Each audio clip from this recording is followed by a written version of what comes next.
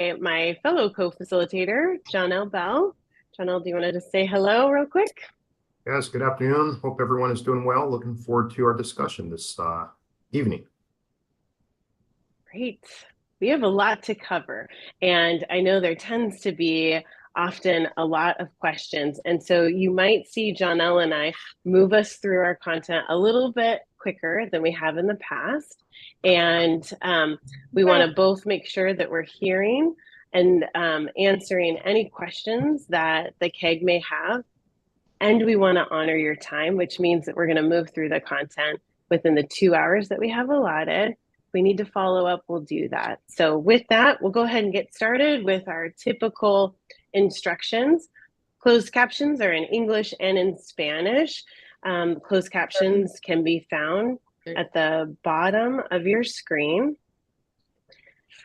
So feel free for users to follow the link if you need to see the captions in English and in Spanish.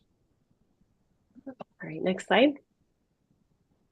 Our meeting participation tips. So we appreciate you joining us today. We're looking for you to either join via computer or phone, but not both. We encourage our panelists to turn your video on. Those that are watching on YouTube, you may not be able to see the full group. We'll take the slides down when we're engaging in a conversation. If you have technical difficulties, our members of the CAG, please feel free to reach out to our program staff. Next slide. I think I might have already covered this a little early, but we want to make sure at the bottom middle of your screen, you should see a menu of options. Click the square CC icon for closed captions. And you should be able to see a sub menu with the arrow to access more settings, including language, font color, and font size. Next slide. We have ASL interpretation. Those that are part of the CAG know that this is part of the way in which we practice our commitment to equity. You will see the interpreter. And as I mentioned a minute ago, we will take down the slides when we are actively involved in a discussion. Next slide. For our public that would like to provide input, we ask that you plan to do that at 5:45. We'll try to maintain that schedule so there's an opportunity for you to address the community advisory group. We also are interested in any verbal public comment, which we'll welcome in the Zoom webinar, or you may comment by phone. And so we'll repeat these instructions at the end when we open up the time for public comment. Next slide. Our meeting agenda. So we will be going through a lot of content today and wanting to provide opportunities for you to give us some feedback and to ask questions. So first up, we'll have our program update by Administrator Johnson. We'll then head over into a health analysis discussion where there'll be an opportunity for questions and answers. And then we'll have a presentation on our draft supplemental environmental impact statement engagement plan, both an overview, we'll look for some feedback. There's a call to action for our CAG, and then our August briefing preview. Then our public will be invited to provide feedback and comments to the community advisory group at 5:45. So that's our lineup for today. Like I mentioned, we're going to try and keep us pretty close to our time. If we can go to the next slide. We want to also ensure that while we are working together as a community advisory group, that we're not forgetting that we want to put relationships first. We want to stay focused on our common goal, notice the power dynamics in the room, create space for multiple truths. We want to be kind and brave and practice examining racially biased systems. Always look for learning. Next slide. At this time, I'd like to pass the meeting over to our two co-chairs, Ed Washington and Lynn Valenter, for a quick welcome. I'm looking to see real quick on the screen. It looks like Co-Chair Washington, you are here. If you'd like to say hello and maybe address the community advisory group to get us kicked off. I can't hear you though, so if you are speaking.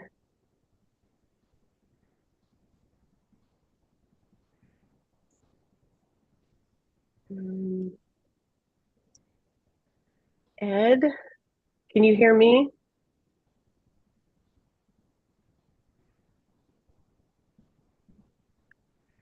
Okay. Oh, Oh, there we are.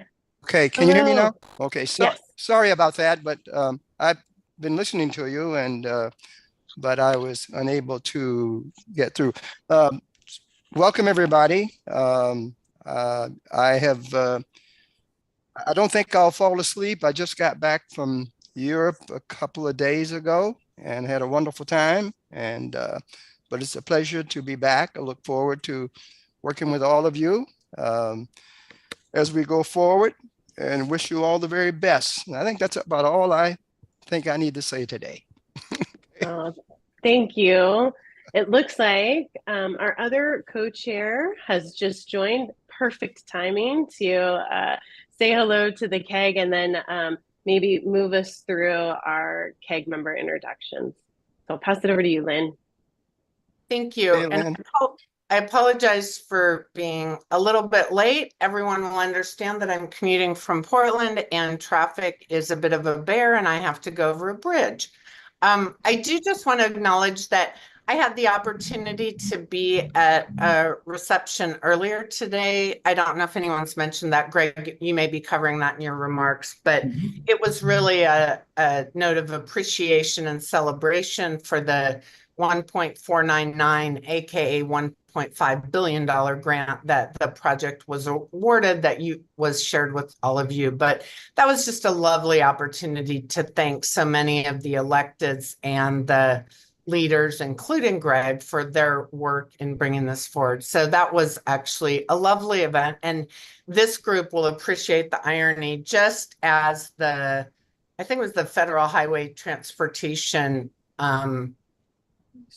chief executive, I don't remember his title, but just as he started to speak, the bridge lift occurred. And so there was just no irony lost on anybody at the reception for that. So with that, I'd like to just quickly move us through introductions. We're not doing icebreakers, right? Just a quick introduction. Okay, I'm just going to ask everyone to take themselves off mute unless if you have a barking dog, and we'll just quickly go through these because we have a heavy agenda. So Martha, just a quick introduction and your affiliation that brings you to CAG. Yeah, Martha Wiley. I'm in Vancouver. I'm a member at large with a focus on transit and paratransit. Thank you. Jay Clark. Hey, Clark, part of the government affairs team at the Portland Metro Chamber, work in downtown Portland, live in East Vancouver. Tom Hickey. Hi, Tom Hickey, North Portland Neighborhoods.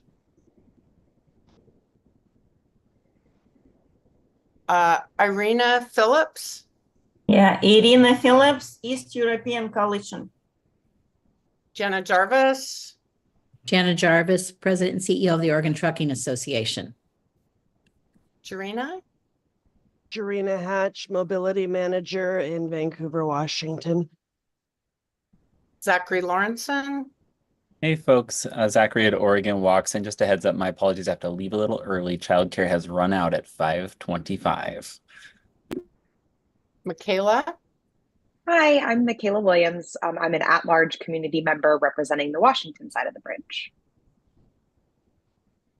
Sorry, I'm scanning quickly. Maybe in the interest of time, other CAG members, not staff that I haven't recognized. Can you just go off mute? Haley, I see you just joined us. Maybe you could do an introduction. Sure. Hi, everyone. Haley Watson with the Oregon State Building and Construction Trades Council. Nice to see you.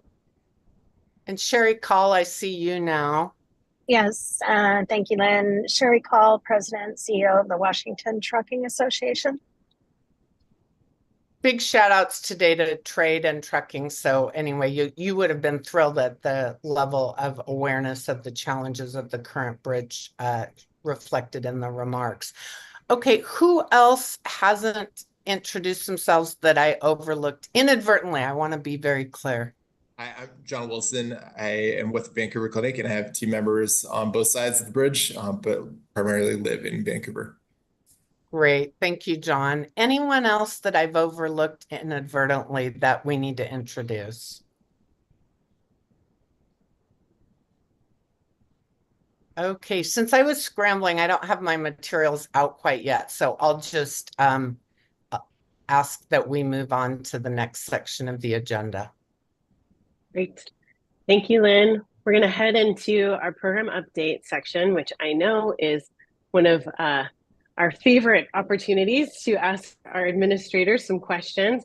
We're going to try and just allow for about 10 minutes. So with that, I will pass it over to you, Administrator Johnson. All right, I'll go through this relatively quickly. So next slide, please. So as Co-Chair Valenter mentioned, we had a celebration of the $1.5 billion grant award. The Federal Highway Administrator, Shaylin Batt, was in town, had a number of both senators, U.S. senators from the state of Washington. They are just a great group to recognize what a monumental thing this is to receive the largest grant given out by Federal Highway Administration thus far as part of the Bridge Improvement Program grant. So great celebration, great remarks, and well attended. And the bridge lift was not choreographed. It happened very organically, and but it did happen right as speakers were starting to talk. So, but what we've been doing recently, we continue to make presentations. The Deputy Administrator Ray Mabee made a presentation to the Oregon Transportation Commission just this past week. We've made presentations to the Washington Transportation Commission. The Bi-State Tolling Subcommittee is still moving forward, and the feedback from these groups have been shared with them. So once again, your voice is being reflected in those places that are helping to shape what this program would look like. We continue to make presentations all over. I was in Atlanta for the American Society of Civil Engineers. We had a panel on equity in transportation, and it was a great panel, and they recognized the great work that's being done out here on this program.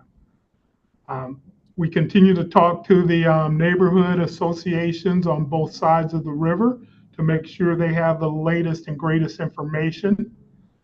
We continue to go to fairs and festivals and have tabling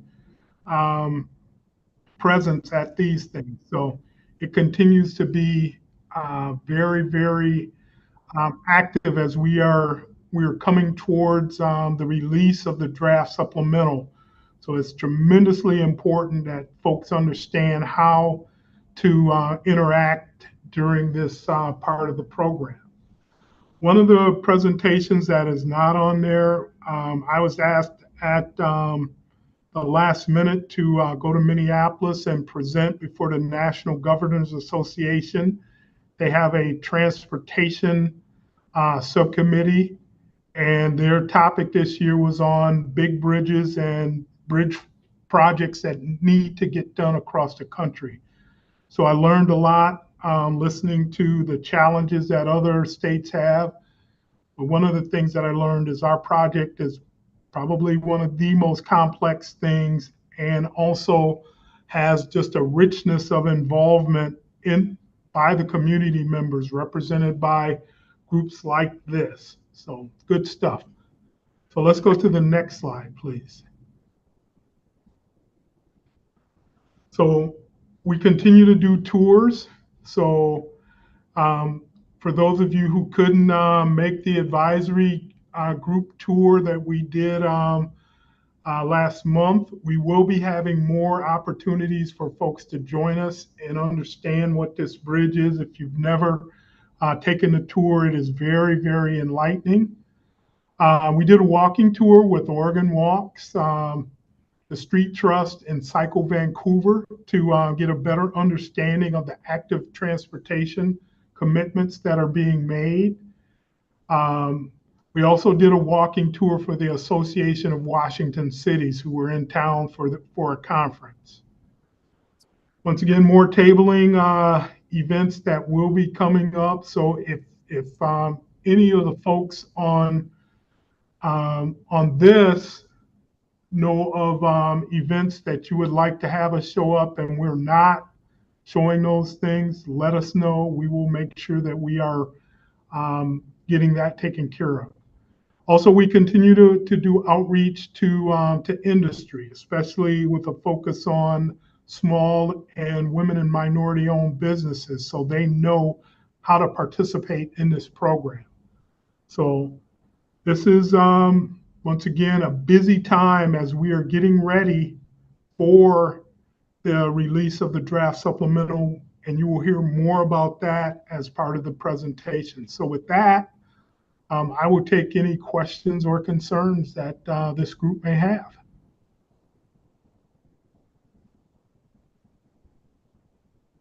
You got the update done in 5 minutes, so we have time for questions.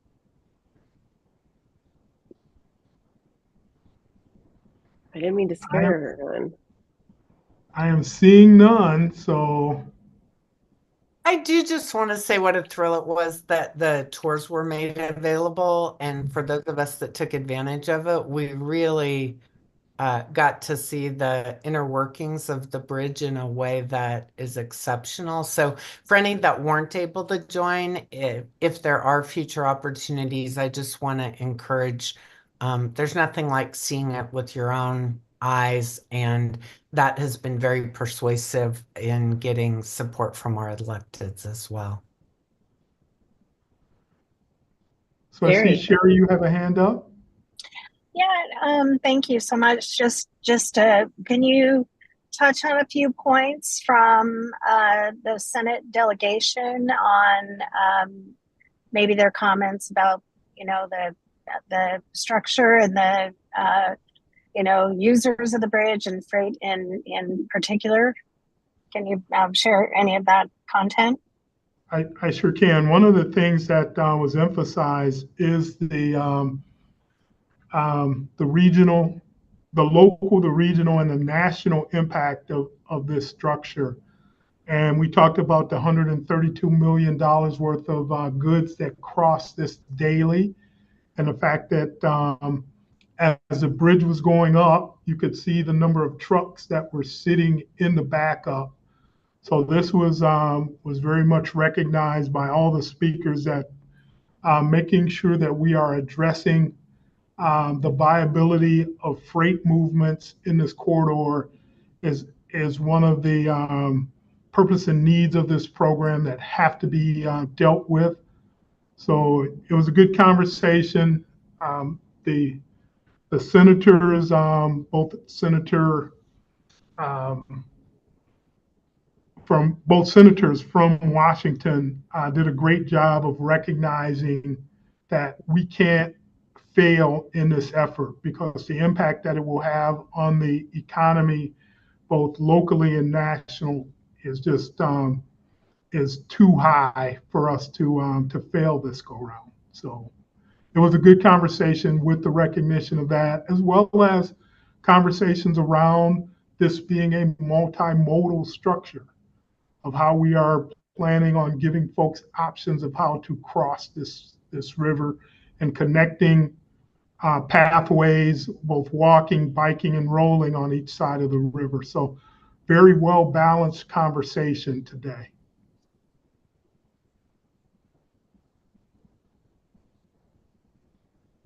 Okay, any other questions? All right, okay. I'm going to move us through to our next topic then, which is on our health analysis. I am not seeing our IBR environmental manager, Chris Regan. Is he on the call? Daryl Wendell is pretending to be Chris Regan in this. He had a personal matter he needed to attend, so I'm also on the program as a deputy project manager. Awesome. Hi, Daryl. Welcome to the CAG. I'll let you go ahead and kick this section off. Okay. Well, one of the conditions when we went into the program from several of the partners was an interest in the program conducting an environmental assessment, an environmental health assessment, and considering the effects of the program on health. And so we reached out to program partners and identified the Washington Department of Health, among others, for their interest in conducting this. And so we have two members from the Department of Health here today to kick that off and to explain their process and approach. How much does it cost to download it? I don't know. Alyssa, are you available to sign on? Yes, I'm here. Okay. I think Chris had a couple of other slides. I don't know if you wanted to run through did he? his, or Okay. I'm Yeah. happy to jump in. Oh, okay. Thank you. I didn't ask for the slides to change. As I covered there, the program is committed to doing this, and it is underway to look at the human health. There's a number of other things the program is also doing, but the Department of Health and the others are really third party or independent people who are assessing this. But what the program is doing and proposing is focusing on several areas related to health, safety, the effects on climate, workforce planning, which I think you've heard about all of those. And then many of the things that are related to human health are being covered in significant detail in the EIS that is emerging shortly here, including air quality, greenhouse gas, noise, vibration, active transportation. There's quite a few areas that are going to relate. Next slide. And I started out with this. A number of our jurisdictional partners asked for this, and then we reached out to these parties: Oregon Health Authority, Clark County, Multnomah County, and the Department of Health in Washington. And then the approach that they're taking is that they will submit their findings as part of comment on the draft EIS, and that will then enter the record and will be available for people to review.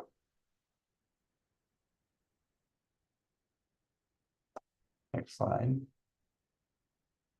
And then this is the appropriate kickoff for Anna and Alyssa. So Thanks so much, Daryl. Hi, everyone. Thank you so much for letting us join you this evening and allowing us to present on our health analysis that's ongoing. My name is Alyssa Shaw. I use she, her pronouns, and I'm the Environmental Health Assessment Team Lead with the Washington State Department of Health. And my team resides within the Built Environment section of our Office of Environmental Public Health Sciences Division at Washington DOH. And I will pass it to my co-presenter, Anna, for a brief introduction. Hi, all. Nice to be with you this afternoon. My name is Anna Caldell. I use she, her pronouns, and I'm the Environmental Health Evaluation Specialist. Sorry, it's late in the afternoon on Alyssa's team. And so before we jump in, I just want to share that we're here with two main goals of our presentation today. One is to share a little bit about the work that our team has been doing on this health analysis, and then also to get some feedback from you all on the advisory group. You all bring a diverse range of both lived experiences in your community, and professional experiences, and we really want to hear your feedback. So we'll give a high-level overview of the health analysis and then have a couple of discussion questions to guide our conversation towards the end. And before we get started, I just want to kind of center and put some definitions out there. So again, our team sits within the Built Environment section at the Washington State Department of Health, and just want to define what that means, built environment, if that's a term that is new to folks, and how it relates to health. So the built environment is really everything around us that humans have built, from our roads, neighborhoods, how our communities are zoned, how that impacts our access to different community resources. And the built environment impacts our health in a number of different ways. So for example, community living near a factory that emits pollutants into the air and releases toxics into the water would have negative health outcomes for those residents near that site. And it also not just impacts the health of where you're living, but it can impact the type of health choices that individuals and communities can make. And so for another example, if a family, the only way to get to a healthy grocery store and a way to get access to healthy food is to take a bus that takes 40 minutes each way, that's going to impact that family's access and accessibility to healthy food. And so those are just a few examples of why the Washington State Department of Health and our other public health partners are interested in a project like this. So if we could go to the next slide, please. And like Daryl said, we're here today not just representing Washington Department of Health, but as representatives for our multi-state and multi-jurisdictional working group. So our team consists of Washington State Department of Health, Oregon Health Authority, Clark County Public Health, and Multnomah County Health Department. And we also, my apologies for using outdated slides, but we also have a representative from the Cowlitz Indian Tribe on our working group.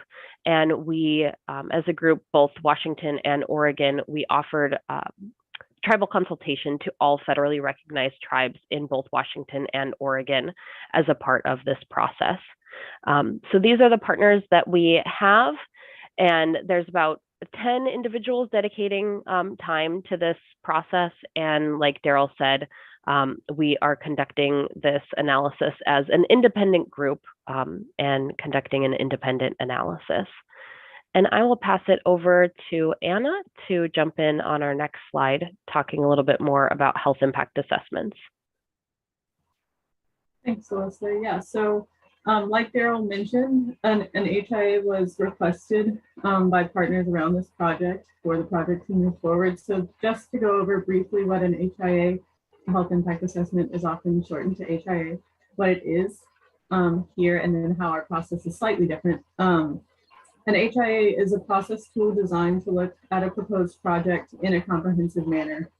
HIAs are used across the world, and they've been a tool that have been in practice for decades. And for a little bit of background, HIA actually came out of, in part, came out of identifying a gap in the environmental impact evaluation process of NEPA, where there wasn't necessarily a health focus or a connection between environmental impacts and health impacts. So a little HIA history there. But HIAs are intended to be a supplemental resource to bring health to the table around how proposed projects could affect communities. The purpose of an HIA is to provide health and equity information to decision makers as well as the public to understand how the proposed project could have, like Alyssa said, positive, negative, or neutral impacts on health and health equity. They are evidence-based, so that means they use a combination of qualitative and quantitative data to inform the assessment. And on the right-hand side of the screen are the 6 standard steps of any HIA, and those are screening, scoping, assessment, recommendations, reporting, and monitoring and evaluation. So we can go to the next slide. And like Alyssa mentioned, our working group began meeting in January of this year. And we agreed to follow the standards of practice for health impact assessment. And so that meant starting with the first step, which is screening. And the main purpose of screening is to determine if an HIA is the right tool to use with the time, resources, project, and decision-making context in front of you.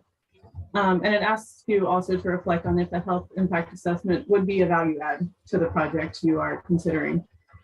So going through the screening process, we identified that a comprehensive HIA would not be feasible in the timeline available to inform decision makers, which we consider to be the NEPA process around the draft SEIS. Again, part of that decision came down to timing. For comparison, a comprehensive HIA of a project of this scale would take around 2 years to complete, and it would include robust community engagement at each of the 6 steps of the HIA process.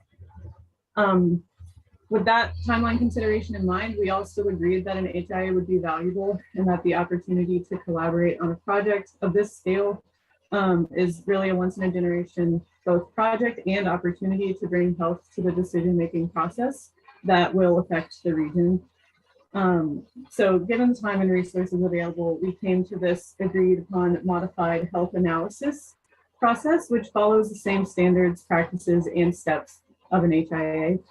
And for context, y'all's awareness, we are currently in steps 3 and 4, the assessment and recommendation steps of the process.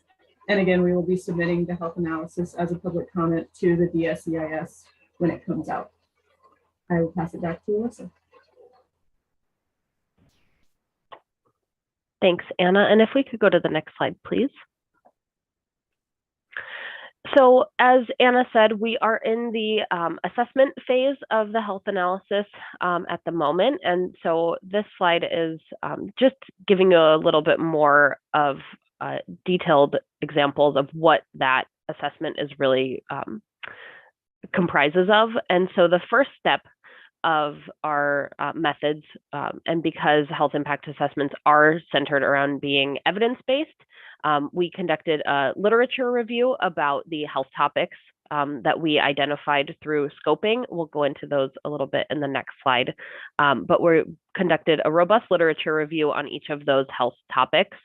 And then the next step that is to connect that scientific literature to local health data to understand the present health conditions. And so this is where our collaboration with our local public health partners has been invaluable. We're looking at both the local data that each of our local jurisdictions have, as well as statewide and national data. And I should note here that we are not collecting any of our own data through this process. We are relying on already established data sources. And again, those are both federal, state, and local data, depending on the topic area. We're also analyzing the health impacts for different phases of the project. So there are certain health impacts that came up where we have more concern throughout a certain phase of the project. So we narrowed this down to project design, construction, and then the long-term life of the project.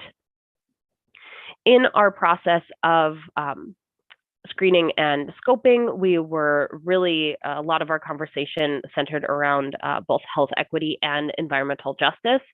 And we decided that environmental justice and health equity were going to be two of the largest frames that we are using to analyze. And you'll see on our next slide how those are embedded throughout all of our topic areas. And then our last step for our analysis is this engagement with you all today, with our qualitative data coming through these advisory groups. So we have already presented to the Equity Advisory Group and the Community Benefits Advisory Group with the same information and asked the same questions that we're going to talk about in a little bit. So if we could move to the next slide, please. So this is our topic areas list that we narrowed down all of our health concerns into these 6 main topic areas, including air quality, transportation and active transportation, climate and heat, noise, social determinants of health, and water quality. Initially, like I said, we were talking about health equity and environmental justice as being their own separate topic areas. And through further discussion, we realized that those cannot be separated from the topic area and need to be embedded and have that be the lens that we see all of our topics through. So in each of our sections, as we're talking through these topic areas, we will make specific note of our environmental justice and health equity concerns. So one example of this, and just to say how we're defining health equity, is really what we're looking at is identifying baseline health disparities that exist in the project area. And health disparities can come from a number of different systemic and historical reasons. And so one example of a health disparity that is related to infrastructure projects is related to tree canopy. So analysis and literature shows us that highways and roadways with large expanses of concrete are typically seen in greater numbers through communities of color. And those projects typically have, these communities have a reduced tree canopy. And so that lack of tree canopy and those large expanses of concrete and impervious materials create higher heat in those communities. So when the region experiences a heat wave, communities of color often have higher heat indexes than wealthier and more suburban majority white communities that have had their tree canopies maintained, allowing for more cooling in that community. So that's one example of how we're looking at how the built environment intersects with health equity and to really impact the on the ground lived experience of a community. And so I think if we can move to the next slide, these are the beginning slides of our discussion questions. And so I think we'll leave this slide up for just a minute and I'll read it aloud as well. And then I don't know if we wanted to keep the slides up or take them down to facilitate discussion. But this question is, what health concerns have you heard from the community in regards to this project?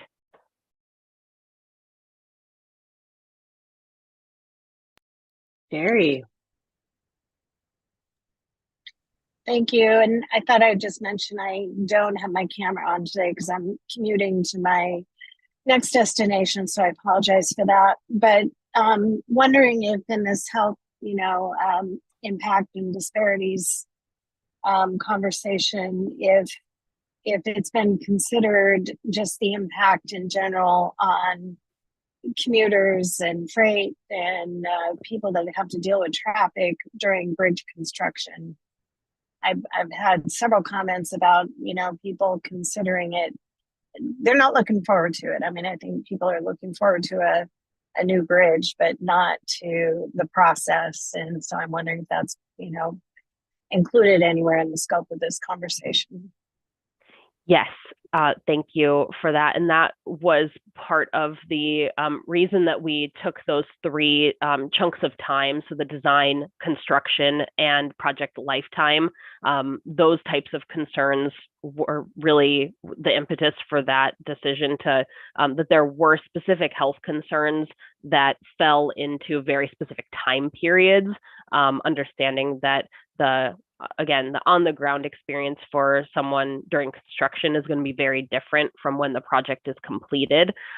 So yes, to answer your question, we are including those types of concerns in this analysis. Okay, I see Tom, Sam, Irina, and John. So Tom? Thank you.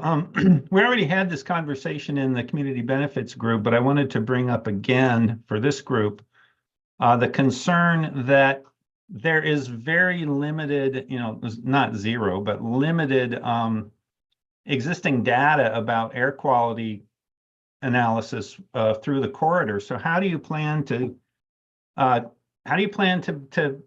make recommendations about air quality improvement plans if you don't have baseline data? And what other categories are lacking in baseline data? Yes, thank you for that. And like we discussed in the Community Benefits Advisory Group, that is a huge concern both to us as health professionals, and we've heard it in multiple spaces that the community has concerns about air quality. And so, we're taking very much the scientific approach of analyzing the data we have available and also pointing out the limitations of it. Every data set has limitations. And so we're trying to be as upfront about the limitations of the data again, we do not have the capacity to capture that more specific data in the corridor. And for an example, another piece that is very typical of health impact assessment recommendations is to point out those gaps in data and a way to inform decision makers to say, these are the gaps in the data, and to lay out a plan of how we could have better data. And so that is something that we're considering in our recommendations as well, is on how to get that better data to make more informed recommendations.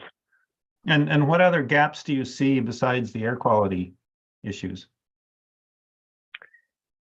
As far as we have, I haven't heard any other major gaps from our data team. We have epidemiologists from the local health departments working on analyzing the data, and really the air quality piece has been one of the biggest that's come up that I can really point to. Thank you. Thank you so much. Sam? All right, so just wanted to make a comment that I stopped running next to roads that are with heavy traffic, because I was getting dizzy from all the exhaust and diesel fume and anything else. So in line with Tom's question about air quality, I hope, because we're making this friendly to other modes of transportation, that people who do not have a enclosed vehicle with the cabin filter are able to actually enjoy the bridge and use the bridge without all the exhaust emission having to be breathed in. So because this will be a popular bridge. So just wanted to make a comment that as we pay attention to the health, we may want to pay attention to the health of the non-automobile users. Thanks, Sam. Irina?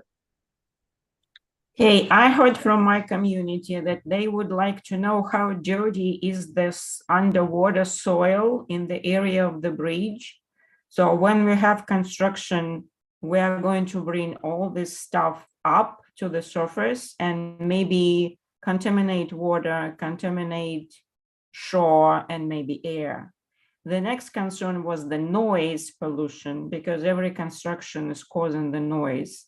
And the third concern was connected with the air quality, but it was connected with dust during construction, and it was small particles that also kind of like cause cancer in the population that travels across the bridge or lives nearby.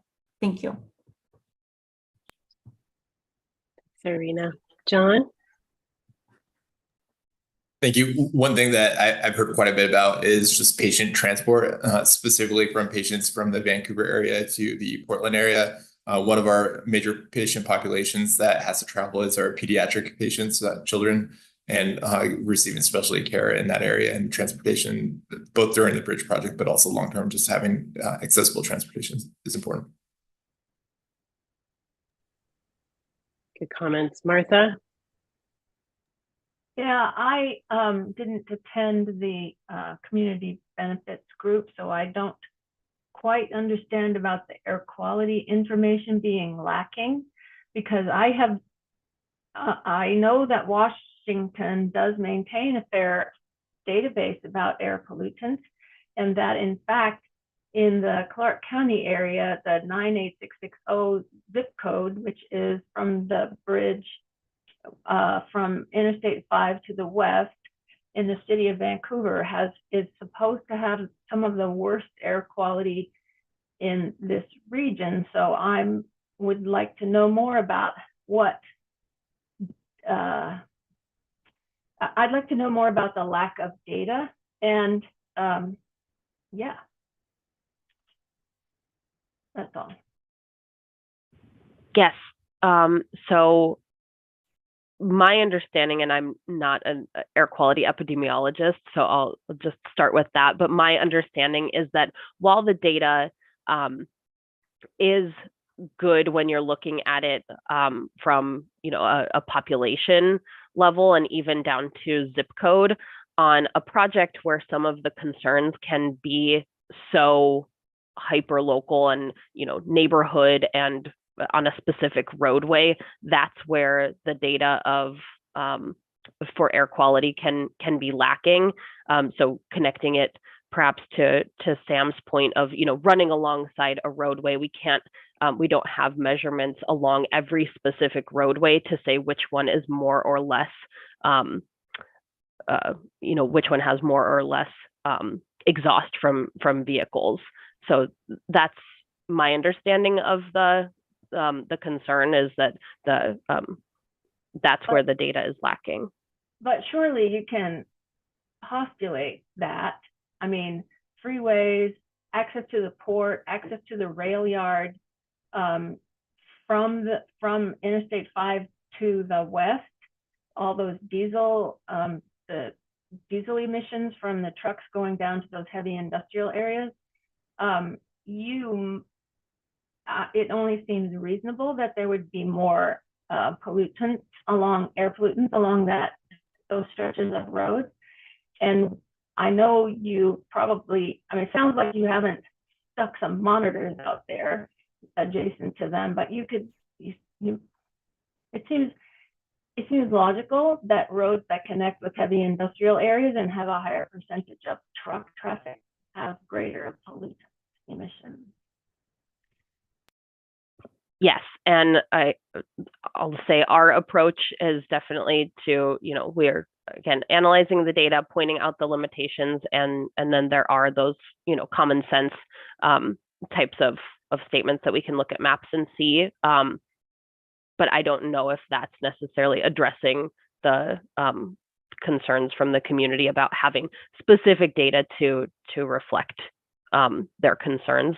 So we're using what's available and pointing out those limitations as our scientists see. Zachary, you have a comment or question? Yeah, you all were not as exciting enough for my 2-year-old to stick around. Sorry. A number of the things that you all identified as concerns to study, I've heard a lot of that, especially around noise, pollution, and I really appreciate that call out of when you expand the surface area of a street, the impact on the heat island. So I really appreciate that. The one that I was going to add that I didn't see there, but maybe I missed it, was brake particulate runoff and tire particulate runoff on the waterways. I hear that a lot in the fishing communities, especially about the impact on the ecosystem in that regard. And so I'm curious if that's been part of your analysis as well, or if it is. You don't have to answer that. I'm just pointing out that that's something that I have heard. Yes, to both of those. It kind of intersects and has come up in different topic areas. So with the tire particulates, that came up in our water quality section as a potential pathway of concern, and then the brake particulates came up a little bit more in the air quality piece. But just yes to both of those, and no offense taken to me. I very, very commonly bore my almost 2-year-old as well. So. Greg, you have another comment maybe, or So I have a comment and a question. So to Zachary's inquiry, it is the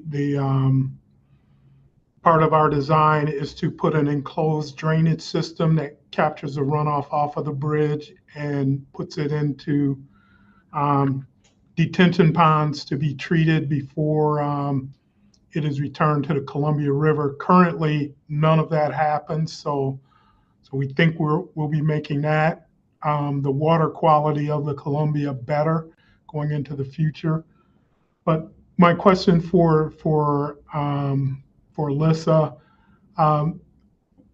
was there any review done of the health impact assessment that was performed during the Columbia River crossing, and anything of note that you guys found or were able to use from that study some 10, 15 years ago. Yes, we have been able to review that. I believe the date on that was 2008 when that previous health impact assessment was completed. And so we not only reviewed that, but we were able to work with Daryl and the IBR team to really point to that and ask, what had been updated in the project plans since that previous health impact assessment. So we, in our review and analysis and just trying to learn and understand the project, we reviewed that, and I'll speak for myself, have reviewed it multiple times just to double check ourselves. Thank you. So the health team had 4 questions for us. We have 10 more minutes left in this section before we transition to another topic. And so, Martha, I see your hands up again, and I also see Jana's hand. So I'm going to go to Jana first, and then I'm going to check in with you, Alyssa, in terms of the other 3 questions that we have, and if we want to cover all 3, or if you feel like you've gotten some, we probably want to cover all 3 just to make sure that we're asking them. So Jana and then Martha, and then we're going to go back to the slides. I'd just like to make a comment, please. You were talking about the health assessments from 2008 study. I just want to put on the record that there's been a lot of technological change to diesel engines since 2008. And so that the data you would read there from those years would be significantly different than what you see today. Thank you. Good comment, Martha. And I just wanted to say that I just got an email from the county today, Clark County, asking to fill out a survey about air pollution in the county and what my concerns about it are. And I just wanted to make sure you were maybe coordinating with them. That's all. Yes, Clark County is one of our partners on this health analysis, and we're working with their team very, very closely. To the main point of our questions, I will say we have these 4 questions in a survey form because this has happened at all of our presentations, which we're very grateful for a robust discussion. So we'll have that survey sent out to you all afterward, so you can fill it out if there are any additional thoughts that you have, and we'll be reviewing and analyzing all of the feedback from all of the advisory groups. So just wanted to let you know that it's okay if you're not able to get your comment in, or if something comes to you in a couple of days, you'll be able to submit that feedback to our team. And so really in our last couple of minutes, our second question was more, it was based on your lived experience, what health concerns do you have related to this project? But I think I might jump to, are there any recommendations, question number 3, are there any recommendations for the IBR program that you would like to see based on community health concerns? So feel free to take one or both of those questions in our last 7 minutes.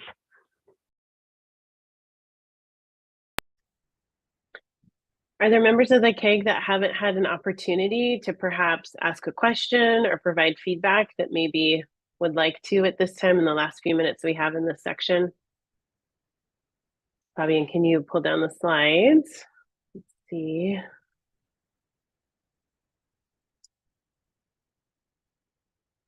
I don't see any hands. Oh, there we go. Zachary. I want to Then let Michaela go before me though, because I've already spoken. And then if we have time, come back. Okay. Thank you, Zachary. Michaela. Hi, sorry, I was slow on the get up to find my hand raise feature. But I think that like one of the recommendations that I would love to see the program take is just more green spaces throughout the program area. I think that the ability to have those green spaces kind of like supports the air quality issues. I think that it just, the more greenery you can have in like a concrete jungle, I think is better. So if there was to be any recommendation, I would just love to see a prioritization for green spaces within the program area. Thanks, Michaela. All right, Zachary and then Tom. Great. I was kind of similarly, I was thinking that when I'm thinking about the heat island effect, I would love to see the program explore what are you're not going to put a bunch of trees on the bridge, I'm assuming, but are exploring the artificial shade creation for folks who are in active transportation. It's going to be, it's a huge wide deck that's being proposed, and that's just a heat island sink. And so really exploring how can users that are outside of cars, to Sam's point, how did they experience that space in a way that temperatures are not just impossible to deal with, especially as we've seen higher temperatures?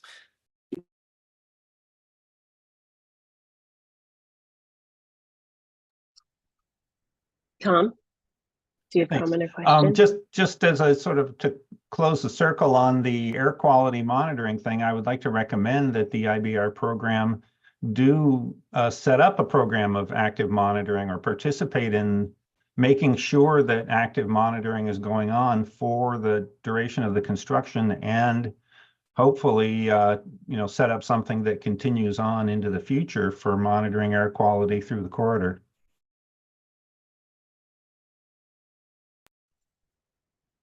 Zachary, did you pop your hand back up again? I just had a quick question, if there was a minute here at the end. Mm-hmm. Yeah. Yeah. Alyssa, can you, or your team, anyone, can you all share this is who we've talked to, these are the groups we've talked to outside of like the advisory committees, and these are the groups we're hoping to talk to before we kind of put a bow on it all. Maybe you have that on your fingertips now, or maybe it's something to follow up with me, but I'd be interested to hear like who's left to talk to, who do we need to know more from? So these groups have really been our stand-in for community engagement. Like Anna said, one of the main reasons that we felt strongly to not call this a health impact assessment is because health impact assessments do community engagement at every step of the process. And we unfortunately were not able to do that. And so we felt strongly that we couldn't call it a health impact assessment, even though we are following those same steps. We didn't want to put this out as a health impact assessment and have other jurisdictions see that you could do one without community engagement, because that's not the full way to conduct an analysis like this. So these advisory groups are our main source of community engagement, and that came down to timing and capacity, frankly. If there was a group that was like, or groups that are like, we would love to give some feedback, are you all open to that? And if so, how do they get a hold of you? Our contact information is on our last slide, so we can put that up here just in our last few minutes. And this question, as we've been presenting to the advisory groups, has come up from other groups as well. And so we just had a meeting with our working group members, and we are trying to figure out if there is a way that we could create some type of plan, either for our timeline of submitting this as a public comment, or even after, if there are any ways that we could integrate and conduct some type of community feed or community engagement, either now or after. But again, we're trying to look at what are those decision points, and that's really the purpose, is to inform decision makers with this information. So we would want to just make sure that if we're to conduct any community engagement, it would be to then use that information to inform decision makers. So we're looking at that right now, but this is our email here. So Zachary, please feel free to follow up with us.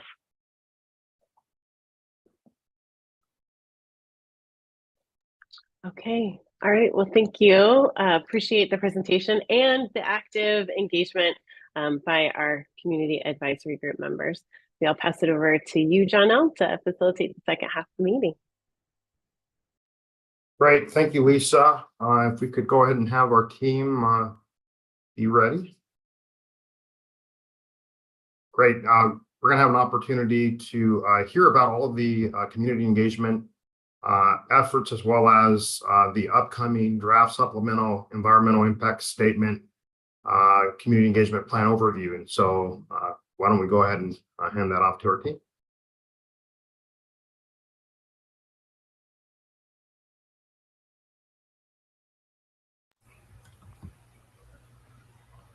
And we have Hannah Williams, who I believe is going to kick us off. Oh, great. Thank you. Thank you, Johnell. Thanks so much, CAG, for having me. Hannah Williams.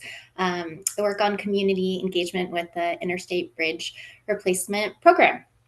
So we have 2 comment periods that are coming up. We have one that is a Section 106 Cultural Resources comment period, and then we have our NEPA comment period for the draft Supplemental Environmental Impact Statement.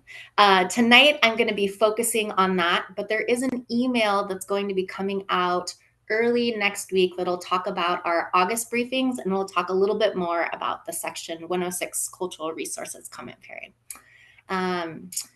So tonight I'm going to focus on this engagement plan. I want to thank everyone. We sent it to you in July and we did get some good feedback. So tonight I'm going to go over the plan.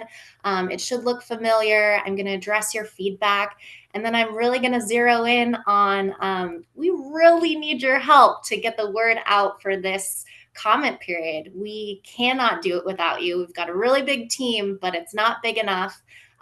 You have amazing connections in the communities that you serve. That's why you're on the CAG. So I'll be kind of highlighting a call to action, really looking to leverage your expertise and your connections in the community to help us go far and wide and get more people to learn about the project, learn about the findings, and really encourage them to comment. So with that, can I get the next slide, please? Thank you.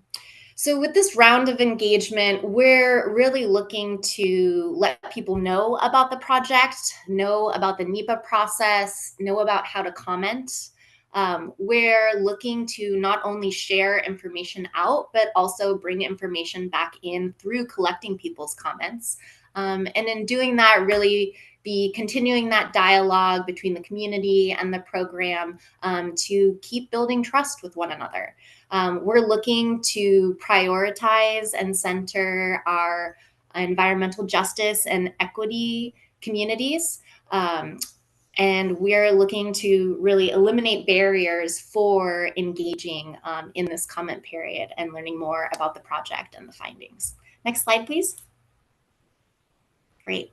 So we are looking to reach, again, those environmental justice and equity priority communities, community leaders, advisory groups, community-based organizations, neighborhood associations, looking to reach commuters, users of our transportation system. We want to be engaging with freight, property and business owners, neighborhoods, and community members.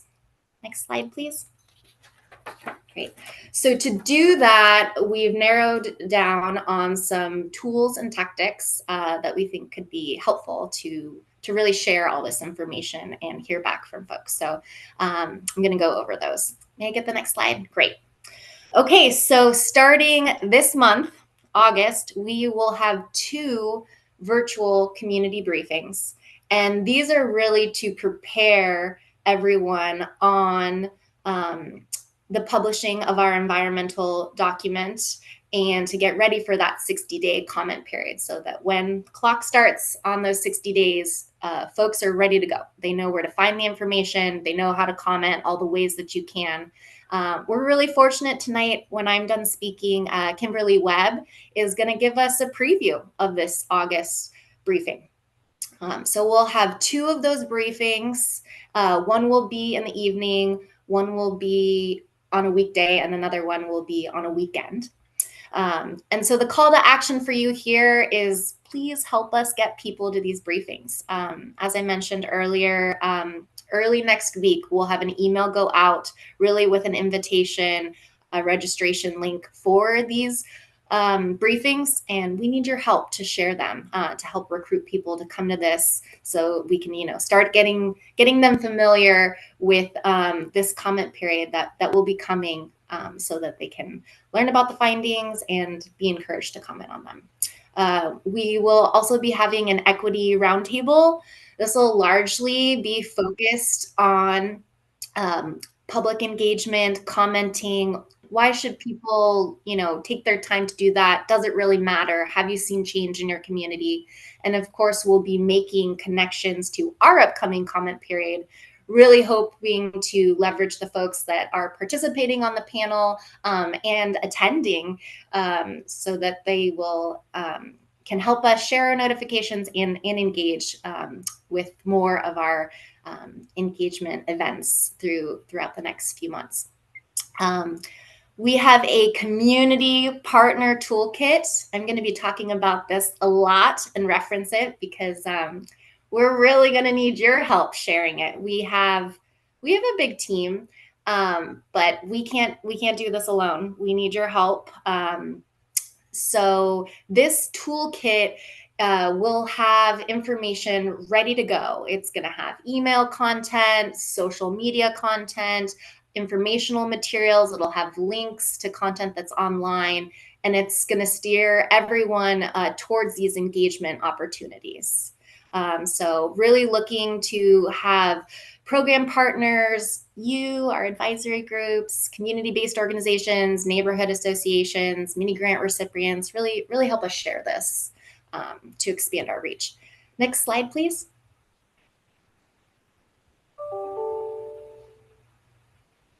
Great, thank you.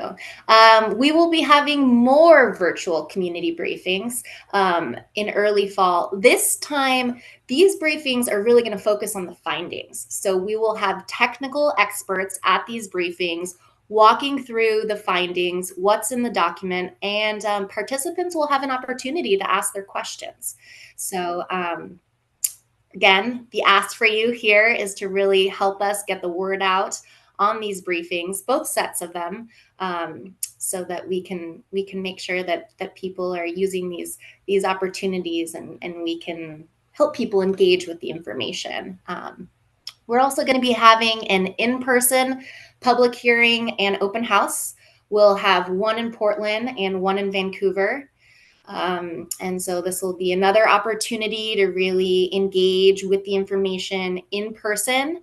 And then there'll also be an opportunity to be giving that testimony. We'll have virtual public hearings, 2 of these as well. That'll also be in early fall.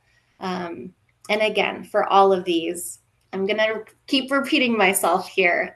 Call to action for you is please help us make the most of all of this and leverage these opportunities and really get people to show up. We're putting a lot of work into them and the materials. We want to make them easy to use and accessible. So we'd love your help bringing more people to the table to engage with them.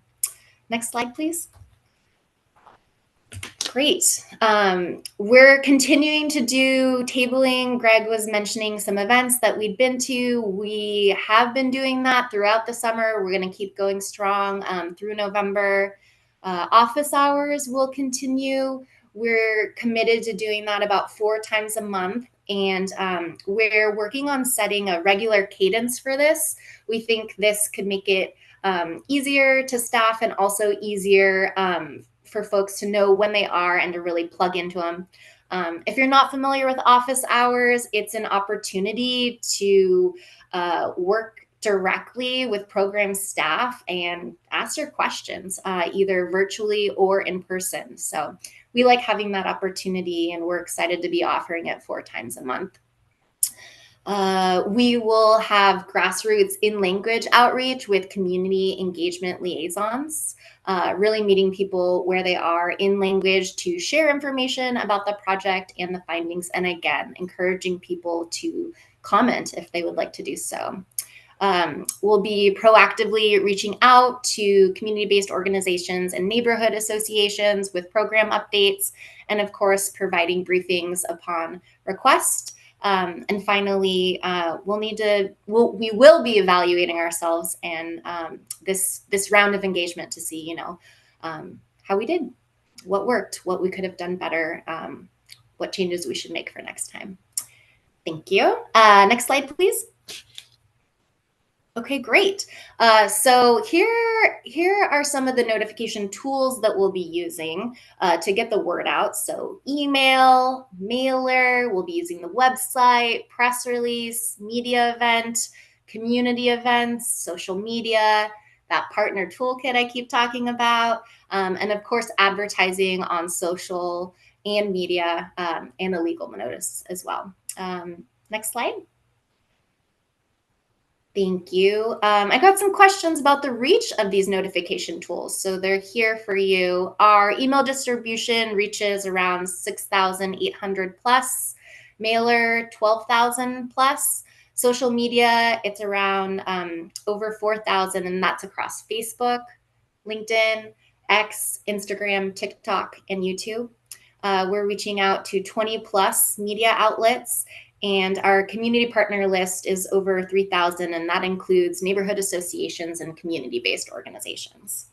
Next slide, please. Thank you. So we are getting information out about the project, about the NEPA process, about the findings. We need to make sure that people know how they can comment, that there are many ways that you can submit a comment. Some of the ways that you can do this, could use an online comment form, share your comments at a public hearing, use email, voicemail. You can even mail us your comment. Next slide, please. Great. So once again, I want to thank you, CAG, for reviewing the engagement plan in July and sharing your feedback.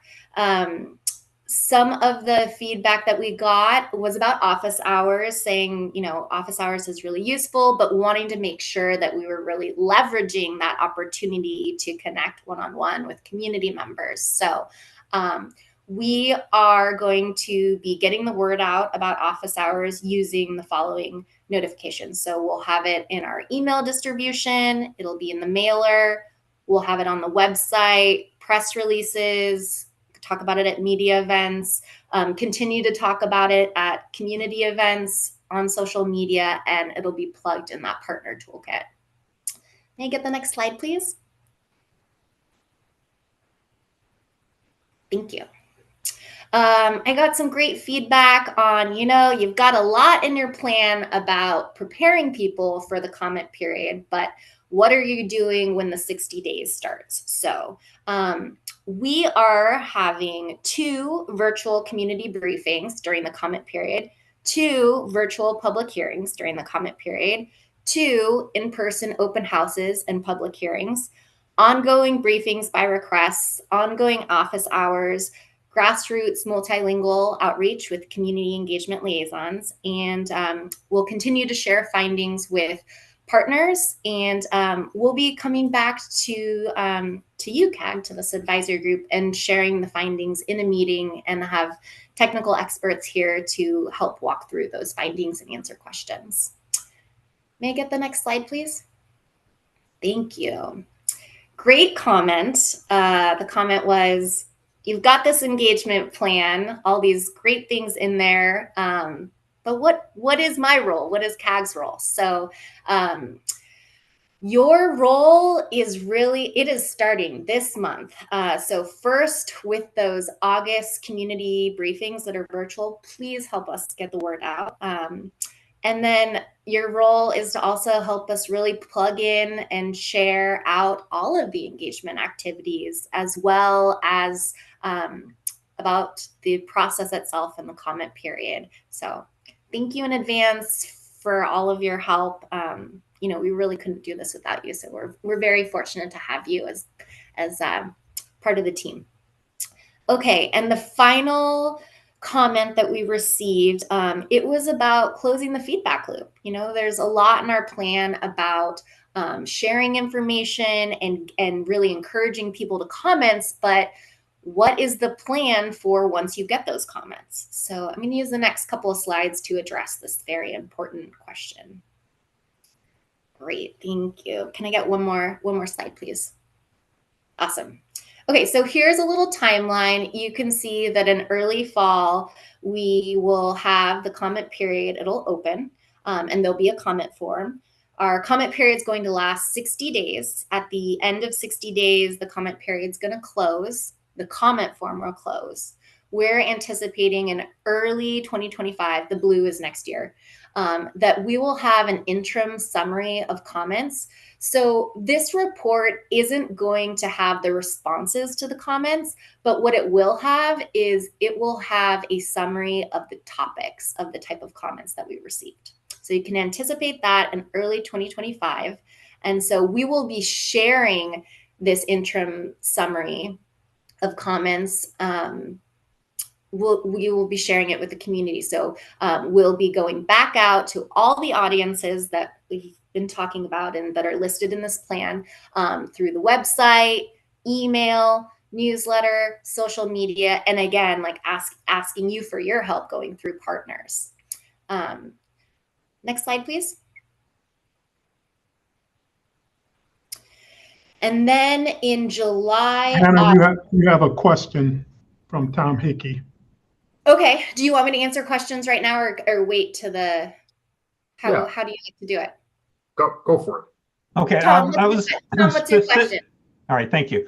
I was specifically thinking about the compilation of the comments and the publishing of the comments.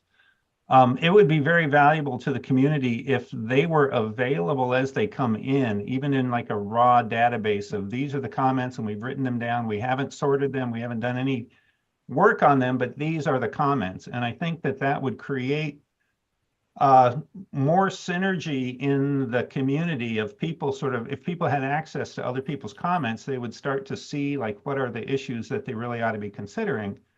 But if you don't release the comments until after the comment period, you lose that opportunity to stimulate a more dynamic discussion, I think. So if the comments could be made publicly available before you even do your analysis of them and your synopses of them, I think that would be very helpful. Thanks, Tom.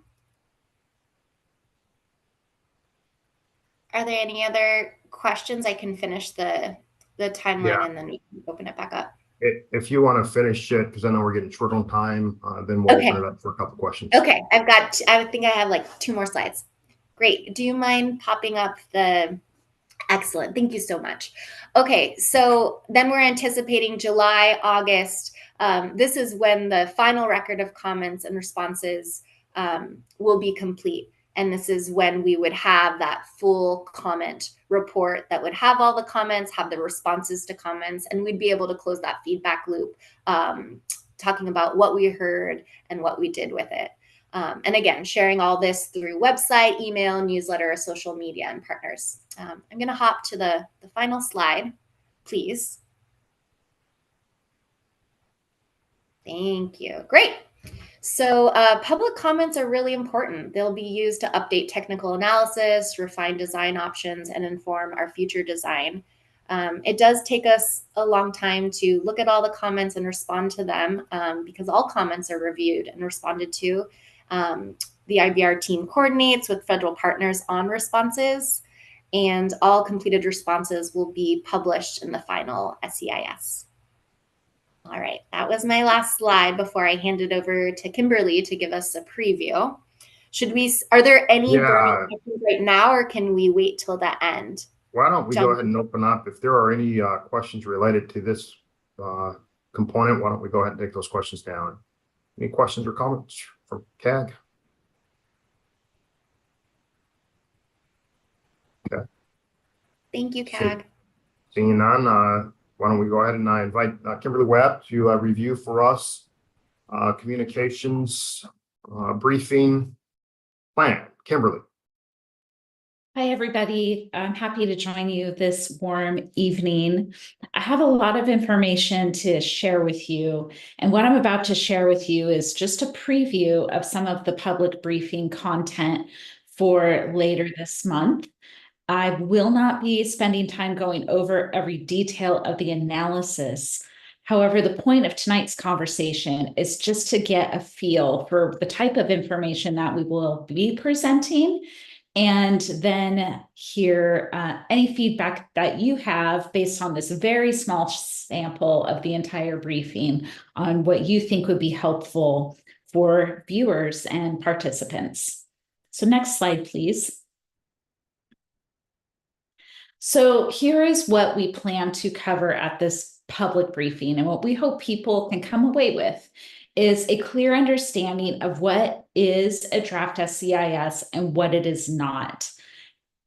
Also, to understand what will be covered in the draft SCIS when the document is published, and clarify and identify all the formal ways in which people can provide comment. And of course, how they can do that. And all of our, hopefully we'll be able to have our in-person and virtual briefing dates solidified by then as well. And then we want to answer any lingering questions that participants have. If people want to ask a question at the end of the briefing, that is great. And they can do so if they register through Zoom. Next slide. So part of what we're going to do, and many of you have seen this before, is we're going to set the baseline for helping people understand what NEPA is. This public briefing could have people who are very unfamiliar with the program. This could be the first meeting they're attending. So we just want to set the baseline and help people understand what this process is all about and how it relates to the Interstate Bridge Replacement Program. Next slide, please. We will then get into the details of what a draft SCIS is and what it is not, and the legal requirements surrounding the NEPA process and how it relates to infrastructure projects. Next slide, please. And then we're going to talk about what is evaluated in the draft, and such as the impacts and benefits to the proposed investments identified in the modified locally preferred alternative, which basically means what the program is proposing to construct. And then if there are significant impacts, we will be going over what's in the draft SCIS is how those impacts will be mitigated. And so we'll talk a little bit about mitigations and what that means in the public briefing. Next slide, please. And then I'm sure, again, this is a familiar slide to many people. This is identifying the problems that we are trying to solve with the IBR program, such as safety, earthquakes, vulnerability, impaired freight movement, inadequate facilities for people who walk, bike, and roll, congestion, and limited public transportation. And this is known as the purpose and need. Next slide, please. So the draft SCIS, when you consider all the technical reports, it's like 1,000 pages, maybe more. We have all the evaluated areas and the analysis in a 60-page summary for those who want to read that or dig into the whole technical document. However, we are also conveying the information in briefings once the draft is published, and we're combining the information into 3 buckets of transportation impacts, community impacts and benefits, and the natural environment. So when we go through the public briefing, we will cover the information in these 3 areas. So when we say transportation, we're talking about the amount of cars on the road, the improvements to safety, levels of congestion, and the like. We're also going to talk about air quality and how that could be affected with this program once constructed, aviation and navigation on the river, so on the road, in the air, and on the water, and then noise and vibration to nearby homes and businesses. And then we'll do similar things for communities. We'll go over the cultural resources, we'll go over equity and environmental justice, as well as land use and neighborhoods. And this is where we would put information regarding property acquisitions and economics. And then the environment will cover more of some of the climate change, ecosystems, how our groundwater is affected, the river is affected, and of course, the wildlife in the area. Next slide.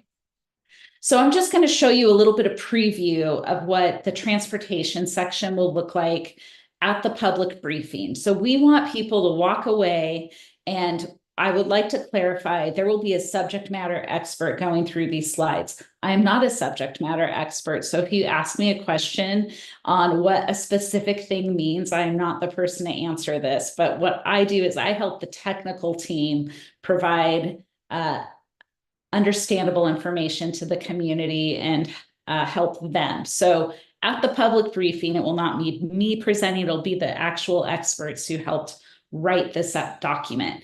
So for the transportation analysis that is covered in the draft SEIS, people will learn the impacts to the interstate as well as the local roadways. They will glean an understanding of how traffic volumes will change during the, if in 2045 compared to if we do nothing at all. And they'll also learn about the levels of congestion, how fast people will be able to travel or slow, how they'll be able to travel the speeds through the corridor, and the crash rates and what happens to those crashes. And the same with public transit. We will learn how many people are going to ride these new transit facilities that we're considering, and how often will transit move through the area and how long it takes to get from point A to point B on transit. And then of course, safety as it relates to using transit. And then of course, active transportation. How many people are going to use these new facilities to walk, bike, and roll? How will they access these areas? And what's the user experience? What could that be like? Next slide. We also want people to know that during when the draft is published, they'll be able to learn more about air quality and how air quality will be affected in 2045 when the modified LPA is constructed, or if we do nothing at all. And that's the same for energy, greenhouse gas emissions, and noise and vibration. Next slide. And then we'll talk more about navigation and aviation and the help people understand what will be covered regarding airspace operations and the birds and roosting. And then of course, navigation and the changes to navigational channels and how the new bridge will affect people or river users as far as how tall the bridge is versus the bridge width. And then of course, navigational safety. How will safety be affected on the river with the changes of the new replacement bridge? Next slide. And I believe that's the end of my presentation. So I would love to hear from you guys. I know we went through that quick. It's a lot of content, but again, that is just a snapshot of what the briefing will look like and some of the high points that will be gone over by a subject matter expert. Great. So why don't we open up questions, comments for Kimberly?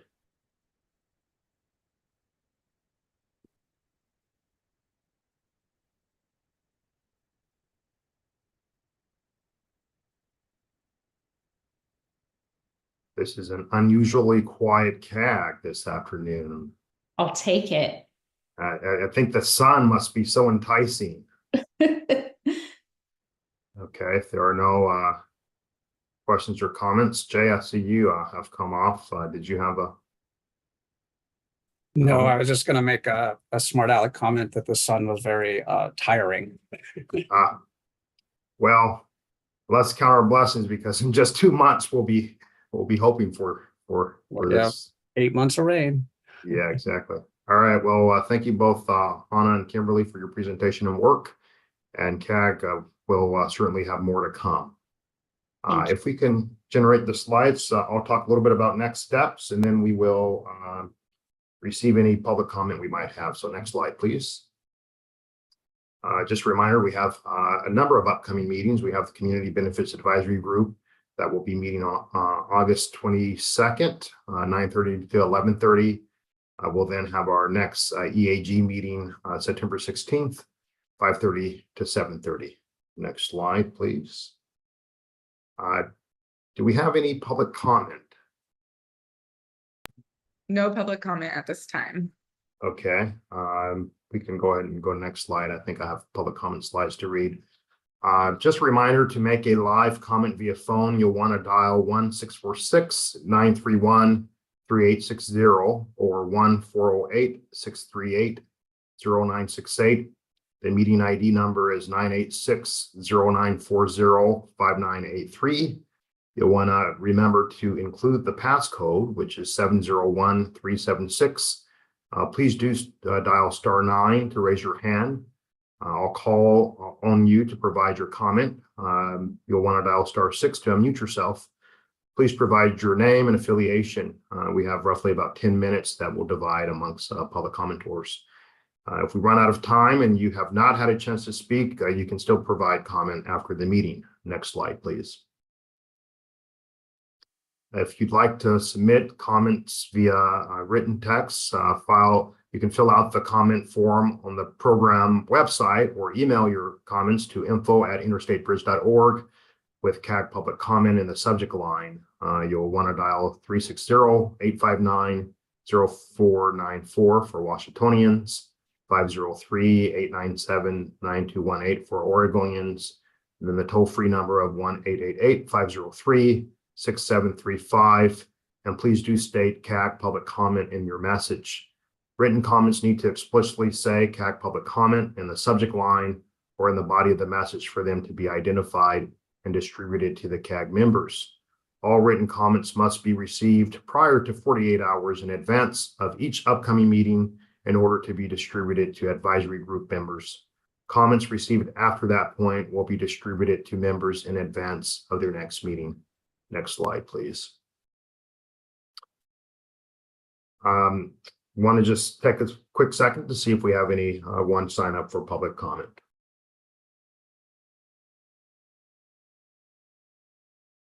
Hearing nothing, I'm assuming that is still no. With that, I would like to invite Ed Washington and Lynn Valenter to offer closing remarks. I'll go first if that's okay with Ed. I just wanted to say it was a really good meeting. I think we always appreciate Greg opening and providing an overview. Definitely a fan favorite.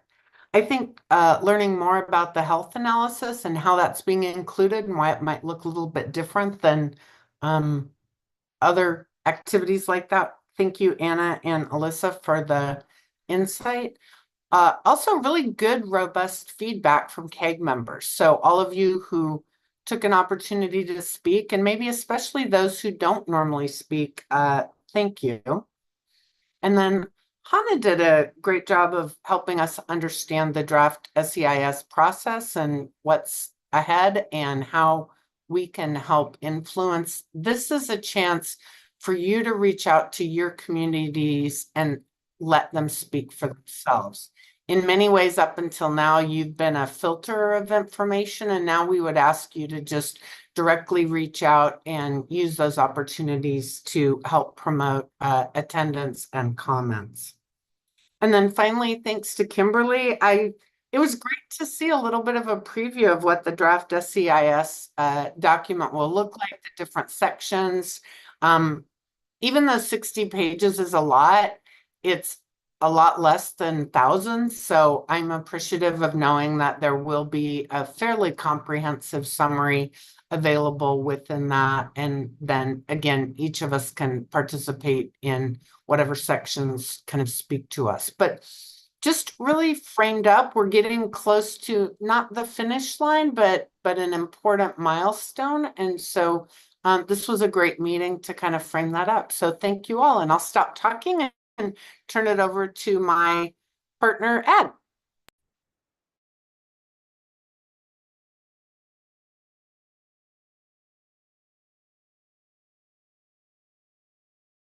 Ed, I think you might be muted.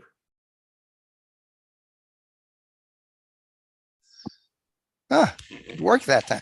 Yeah, sorry about that. You know, it's for those of you who have not had the opportunity to work with Lynn on a one-on-one basis. She's always a hard act to follow. And so And I just I'm always so impressed by her depth and understanding, and the sense that she has for all the presenters. And I would just like to echo, I would agree with her. This was very, very good, very extensive, a lot of information.